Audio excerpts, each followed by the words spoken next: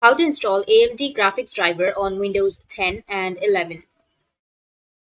So if you want to install AMD graphics driver on your Windows 10 or 11, then what you need to do is first you just need to simply go with your browser, any browser that you're comfortable with. And I'm here with my Chrome browser. Now on your browser, you need to search for AMD drivers and support. And here you need to just go with drivers and support section. And now you will have Windows 10 or 11 drivers or Linux drivers. So in our case, we'll go with Windows drivers. You need to click on download Windows drivers. And on the top right, as you can see that it has started downloading. So you can go with full download history and you'll be able to see the download history. So wait for a few seconds or a few minutes till it downloads.